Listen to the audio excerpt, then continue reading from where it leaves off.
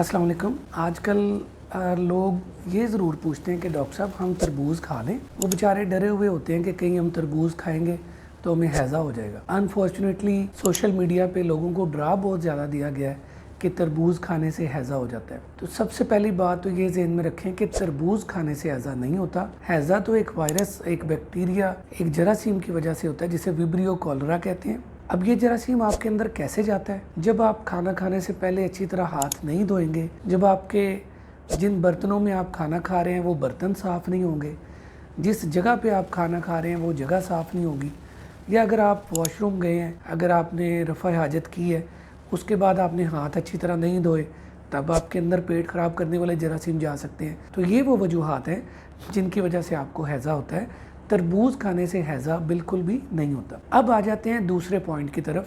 अक्सर लोग कहते हैं कि डॉक्टर साहब तरबूज़ को तो सुना है टीका लगा हुआ है, तो टीके वाला तरबूज़ खाने से हमारी सेहत को नुकसान तो नहीं होगा? देखें, ये असूली तौर पे तो जो फूड अथॉरिटी है गवर्नमेंट की तरफ से, ये उसका फ़र्ज़ बनता है कि वो सोशल मीडिया पे आके इस चीज़ का मुदल्लल जवाब दे, दलील के साथ और फैक्ट्स के साथ। एज अ डॉक्टर या एज अ कॉमन मैन मैं अपनी राय आपके सामने रखता हूँ। देखिए, तरबूज सदियों से चला आने वाला एक मौसमी फ्रूट है जिसको पूरी दुनिया बड़े शौक से खाती है और इसके ढेरों फ़वाइद हैं। अच्छा, फ़र्ज़ करें अगर तरबूज को टीका लगना भी है, तो क्या इतने सारे तरबूज जो लाखों की तादाद में जिनकी फसल होती है, क्या उन सबको टीका लगाना मुमकिन है? कॉमन सेंस ये कहती है कि ये मुमकिन ही नहीं है। दूसरी बात यह कि तरबूज एक ऐसा फल है जिसको आप अगर टीका लगाने के लिए उसमें सिरिंज डालेंगे तो एक छोटा सा सुराख तो हो जाएगा ना। तो तरबूज एक ऐसी चीज़ है कि जो उसमें सुराख हो जाए, हवा अंदर चली जाए, वो तो एक दिन में ख़राब हो जाएगा। आप कभी आजमा के देख लें, हल्का सा टक लगा दें,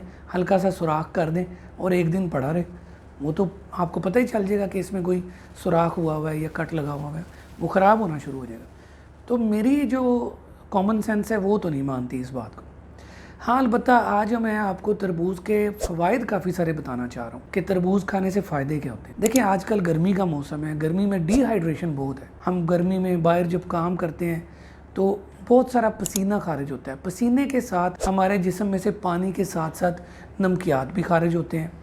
इसके अलावा जब हम बाहर काम कर रहे होते हैं, कोई फिज़िकल वर्क कर रहे होते हैं, हमारी एनर्जी भी कम हो रही होती है। तो सबसे पहली बात तो ये है कि तरबूज़ में बहुत सारा पानी आपको मिल जाता है, आपकी डिहाइड्रेशन को ठीक करता है। फिर उसमें जो कार्बोहाइड्रेट्स हैं तरबूज में, वो आपको इंस्टेंट एनर्जी प्रोवाइड करते हैं। तीसरे नंबर पे मैं ये आपको बताना चाहता हूँ कि तरबूज में vitamin A, vitamin C, magnesium ये मौजूद हैं जो कि बड़े ज़रूरी विटामिन्स और मिनरल्स हैं। आपको पता है कि विटामिन ए आपकी बालों के लिए और क़ुव्वत मुदाफ़ियत के लिए कितना ज़रूरी है।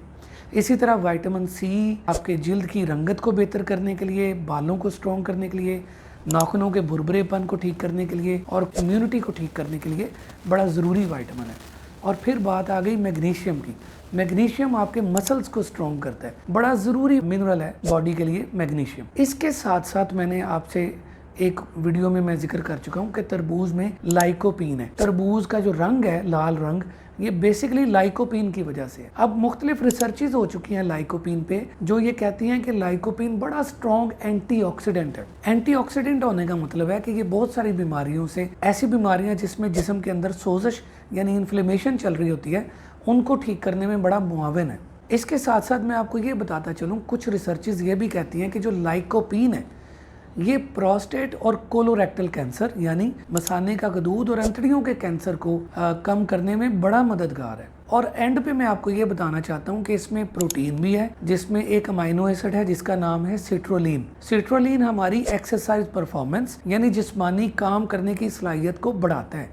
तो ये तरबूज के वो ढेरों फ़वाइद हैं जिनकी वजह से आपको तरबूज लाजमी खाना चाहिए। तो बजाय इन अफवाहों पे गौर करने के और गैर मुसद्दका इन फ़वाइद को अवॉइड करने की बजाय आप तरबूज ज़रूर खाएं।